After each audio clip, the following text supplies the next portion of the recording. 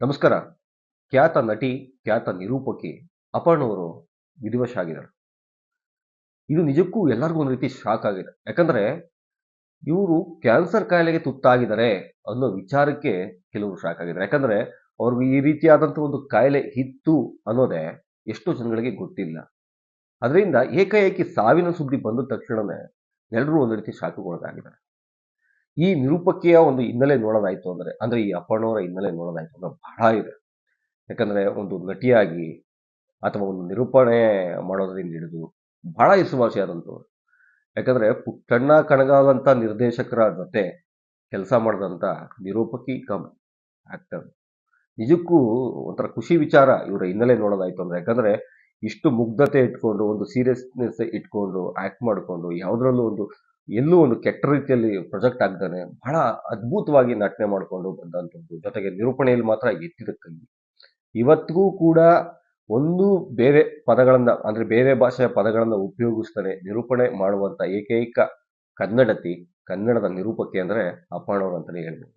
ಅಷ್ಟರ ಮಟ್ಟಿಗೆ ಇವರ ನಿರೂಪಣೆ ಇರ್ತಿತ್ತು. ನಿಜಕ್ಕೆ ಹೇಳ್ಬೇಕು ಅಂದ್ರೆ ಇವರು ನಿರೂಪಣೆ ಮಾಡೋದು 1,500,000ಕ್ಕೂ ಹೆಚ್ಚು ಕಾರ್ಯಕ್ರಮಗಳ ನಿರೂಪಣೆ ಮಾಡಿದ್ದಾರೆ. ಅಂದ್ರೆ ಮಾಧ್ಯಮಗಳನ್ನ ಹೊರತುಪಡಿಸಿ ಹೊರಗಡೆ ನಿರೂಪಣೆ ಮಾಡಿರ್ತಕ್ಕಂಥ ಕಾರ್ಯಕ್ರಮಗಳು. ಅಂದ್ರೆ ಇವ್ರನ್ನ ಯಾವ ರೀತಿ ನಿರೂಪಣೆಗೆ ಇಟ್ಕೋತಾ ಇದ್ವು ಅಂದ್ರೆ ದೊಡ್ಡ ದೊಡ್ಡ ಒಂದು ಸರ್ಕಾರಿ ಕಾರ್ಯಕ್ರಮಗಳಿರ್ಬೋದು, ಅಥವಾ ರಾಜಕೀಯಕ್ಕೆ ಸಂಬಂಧಪಟ್ಟಂತ ಕಾರ್ಯಕ್ರಮಗಳಿರ್ಬೋದು, ಸಿನಿಮಾ ಇರ್ಬೋದು. ಈ ರೀತಿ ದೊಡ್ಡ ದೊಡ್ಡ ಕಾರ್ಯಕ್ರಮಗಳು ಅಂದ್ರೆ ದೊಡ್ಡ ದೊಡ್ಡ ಗಣ್ಯ ವ್ಯಕ್ತಿಗಳು ಎಲ್ಲಿ ಬರ್ತಾರೋ ಅಂತ ಜಾಗಗಳಲ್ಲಿ ನಿರೂಪಣೆ ಮಾಡುವಂತ ಕೆಪಾಸಿಟಿ, ಜೊತೆಗೆ ಆ ಅರ್ಹತೆ ಅನ್ನೋದು ಇವರೊಬ್ಬರಲ್ಲೇ ಕಾಣಿಸ್ತಾ ಇದ್ದಿದ್ದು ಅನ್ಸುತ್ತೆ. ಯಾಕಂದ್ರೆ ಎಲ್ಲಾ ಕಾರ್ಯಕ್ರಮಗಳಲ್ಲೂ ಅವತ್ತಿಂದನೂ ಇವರೇ ಒಂದು ಫಿಕ್ಸ್ ಮಾಡ್ಕೊಳ್ತಾ ಇದ್ರು ಅವತ್ತಿಂದ.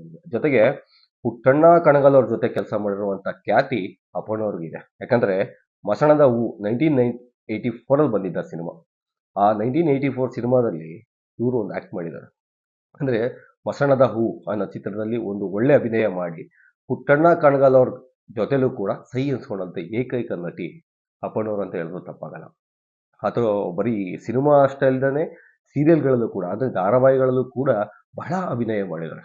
ಅಂದ್ರೆ ಮುಕ್ತ ಸೀರಿಯಲ್ ಇರ್ಬೋದು, ಸುಮಾರು ಹಲವಾರು ಸೀರಿಯಲ್ಗಳಲ್ಲಿ ಆಕ್ಟ್ ಮಾಡ್ಕೊಂಡು ಬಹಳ ಒಂದು ಹೆಸರುವಾಸಿ ಮಾಡಿದಂಥವ್ರು. ಮನೆ ಮನೆಯಲ್ಲೂ ಮಾತಾಗಿದ್ರು. ಅಂದ್ರೆ ನಿರೂಪಣೆ ಅಂದ ತಕ್ಷಣನೇ ಒಂದು ಈ ತಲೆಗೆ ಟಕ್ ಅಂತ ಬರ್ತಾ ಇದ್ದಿದ್ದು ಅಂದ್ರೆ ಅಪರ್ಣವ್ರು. ಅಂದ್ರೆ ಕನ್ನಡದಲ್ಲಿ ಯಾರಪ್ಪ ಅಷ್ಟು ಲೆಜೆಂಡ್ ಆಂಕರ್ಗಳಿದ್ದಾರೆ ಅನ್ನೋದಾಯ್ತು ಅಂದ್ರೆ ಫಸ್ಟ್ ಹೆಸರು ಅಪರ್ಣವ್ರು ಇರ್ತಿತ್ತು. ಆ ಲೆವೆಲ್ ಅಲ್ಲಿ ಇದ್ದಂಥವ್ರು ಇವಾಗ ಒಂದು ಸಾವನ್ನಪ್ಪಿರೋ ಸುದ್ದಿ ಕೇಳಿದ ತಕ್ಷಣ ಎಲ್ಲರಿಗೂ ಒಂದು ರೀತಿ ಶಾಕ್ ಆಗಿದೆ. ಯಾಕಂದ್ರೆ ಈಗ ಕೇವಲ ಅವ್ರಿಗೆ 51 ವರ್ಷ. ಯಾಕಂದ್ರೆ ಜೊತೆಗೆ ನಿನ್ನೆ ಮೊನ್ನೆ ಅಂದ್ರೆ ಒಂದು 2 ವರ್ಷಗಳ ಹಿಂದೆ ಅಷ್ಟೇ ಅವರ ತಾಯಿ ತೀರೋದು. ಆ ಬೇಸರದಲ್ಲೂ ಕೂಡ ಬಹಳ ದುಡ್ದಿದ್ರು ಅವರು ಅಪರ್ಣವರು. ಯಾಕಂದ್ರೆ ಅವರ ತಾಯಿ ಜೊತೆ ಬಹಳ ಅಟ್ಯಾಚ್ ಆಗಿದ್ರು. ಯಾಕಂದ್ರೆ ಇವರು ಮದುವೆಯನ್ನು ಆಗಿರ್ಲಿಲ್ಲ, ಸಿಂಗಲ್ ಆಗಿ ಇದ್ರು. ಅದರಿಂದ ಪಾಪ ತಾಯಿ ಜೊತೆ ಬಹಳ ಆತ್ಮೀಯರಾಗಿದ್ರು, ಬಹಳ ಒಡನಾಟ ಇಟ್ಕೊಂಡಿದ್ರು. ಅವರ ತಾಯಿ ಹೋದ್ಮೇಲೆ ಒಂದ್ ರೀತಿ ಅಪ್ಸೆಟ್ ಆಗಿದ್ರು ಅಂತಾನೆ ಹೇಳ್ಬೋದಾಗತ್ತೆ. ಯಾಕಂದ್ರೆ ಮದ್ವೆ ಆಗಿಲ್ದಿರೋ ಹೆಣ್ಮಕ್ಳು ಯಾವ ರೀತಿ ಇರ್ತಾರೆ ಅಂತ ನಿಮ್ಗೆ ಗೊತ್ತಿರುತ್ತೆ. ಯಾಕಂದ್ರೆ ಜೊತೆಲಿ ಯಾರು ಇರ್ತಾರೋ ಅಂದ್ರೆ ತಾಯಿ ಬಹಳ ಆತ್ಮೀಯರಾಗಿ ಅವ್ರ ಜೊತೆ ಇದ್ರು. ಆದ್ರೆ ಅವ್ರ ತಾಯಿ ಹೋದ್ಮೇಲೆ ಇವರು ಬಹಳ ಬೇಸರ ಹೊಂದಿದ್ದು, ಜೊತೆಗೆ ಸ್ವಲ್ಪ ಮನಸ್ಸಲ್ಲಿ ಸ್ವಲ್ಪ ನೋವನ್ನ ತುಂಬಿಕೊಂಡೇ ಬದುಕ್ತಾ ಇದ್ರು ಅಂತ ಹೇಳೋದು ತಪ್ಪಾಗಲ್ಲ.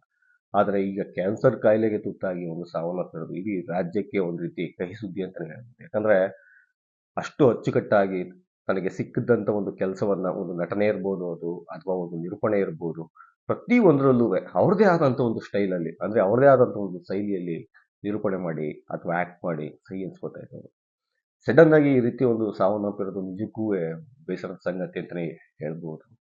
ಅವ್ರ ಬಗ್ಗೆ ಹೇಳ್ತಾ ಹೋದ್ರೆ ಒಂದಲ್ಲ ಎರಡಲ್ಲ ತುಂಬಾ ದಾಖಲೆಗಳಿದೆ ಅವ್ರ ಹೆಸರಲ್ಲಿ. ಯಾಕಂದ್ರೆ ಲಕ್ಷಾಂತರ ಕಾರ್ಯಕ್ರಮಗಳಲ್ಲಿ ನಿರೂಪಣೆ ಮಾಡಿ ಆ ಟಿವಿ ಮಾಧ್ಯಮಗಳಲ್ಲೂ ಕೂಡ ಹಲವಾರು ರಿಯಾಲಿಟಿ ಶೋಗಳಿರ್ಬೋದು, ಅಥವಾ ನ್ಯೂಸ್ ಇರ್ಬೋದು. ಅಂದ್ರೆ ಚಂದ್ರವಾಹಿನಿ ಆಗಿನ ಕಾಲದಲ್ಲೇ ಒಂದು ಹೆಸರುವಾಸಿಯಾದಂಥ ಆಂಕರ್ ಇವರು ಅಪರ್ಣವರು. ಅದ್ರ ಜೊತೆಗೆ ದೂರದರ್ಶನ ಅಲ್ದನೆ ದೂರವಾಣಿಯಲ್ಲಿ ಅಂದ್ರೆ ನಮಗೆ ಈ ರೇಡಿಯೋಗಳಲ್ಲೂ ಕೂಡ ಒಂದು ನಿರೂಪಣೆ ಮಾಡ್ಕೊಂಡು ಆದ್ಯ ರೇಡಿಯೋ ಜಾಕಿಯಾಗಿ ಕೂಡ ಕೆಲಸ ಮಾಡಿದ್ದಾರೆ. ಅಂದ್ರೆ ವಿವಿಧ ಭಾರತಿ ಅಂತ ಆಗ ಒಂದು ಚಾನೆಲ್ ಬರ್ತಾ ಇತ್ತು ಅಂದ್ರೆ ರೇಡಿಯೋನಲ್ಲಿ. ಅದರಲ್ಲೂ ಕೂಡ ನಿರೂಪಣೆ ಮಾಡಿ ಸಹಿ ಅನ್ಸ್ಕೊಂಡಂಥವ್ರು ಅಪರ್ಣವರು. ಅಷ್ಟೆಲ್ಲ ದಾಖಲೆಗಳನ್ನ ಅವರ ಮುಡಿಗೇರಿಸ್ಕೊಂಡು ಇವತ್ತು ಅದ್ರ ಜೊತೆಗೆ ಪಯಣ ಬೆಳೆಸಿರೋದು ಸಾವಿನ ನಿಜಕ್ಕೂ ಬೇಸರದ ಸಂಗತಿ ಅಂತ ಹೇಳ್ಬೋದು. ಜೊತೆಗೆ ಬಿಗ್ ಬಾಸ್ ಅಲ್ಲೂ ಕೂಡ ಅಂದ್ರೆ ಫಸ್ಟ್ ಸೀಸನ್ ಅಲ್ಲೇ ಅಪರ್ಣವರಿದ್ರು.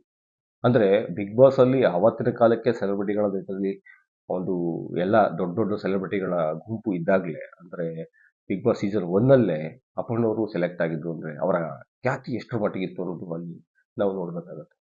ಅದಂದ್ರೆ ಅಲ್ಲೂ ಬಿಗ್ ಬಾಸ್ ಹೋದಾಗ್ಲೂ ಕೂಡ ಅಲ್ಲಿ ಒಂದು ಫೇಮಸ್ ಡೈಲಾಗ್ ಇತ್ತು ಅವ್ರದ್ದು, ಒಂದ್ ನಿಮಿಷ ಅಂತ ಎಲ್ಲಾರ ಗಮನವನ್ನ ಸೆಳೆದಿದಂತ ನಿರೂಪಕಿ ಬಿಗ್ ಬಾಸ್ ಸ್ಪರ್ಧಿ ಅಂತಾನೆ ಹೇಳ್ಬೋದು. ಜೊತೆಗೆ ಅಲ್ಲಿ ಆ ಶೋ ಅಲ್ಲೂ ಕೂಡ ಹಲವಾರು ಅಭಿಮಾನಿಗಳನ್ನ ಅವರು ಪಡ್ಕೊಂಡ್ರು ಮತ್ತೆ. ಯಾಕಂದ್ರೆ ಬರೀ ನಿರೂಪಣೆ ಮಾಡ್ಕೊಂಡು ಸಿನಿಮಾದಲ್ಲಿ ಆಕ್ಟ್ ಮಾಡ್ಕೊಂಡು ಕೆಲವು ಅಭಿಮಾನಿಗಳನ್ನ ಸಂಪಾದನೆ ಮಾಡಿದ್ದಾರೆ.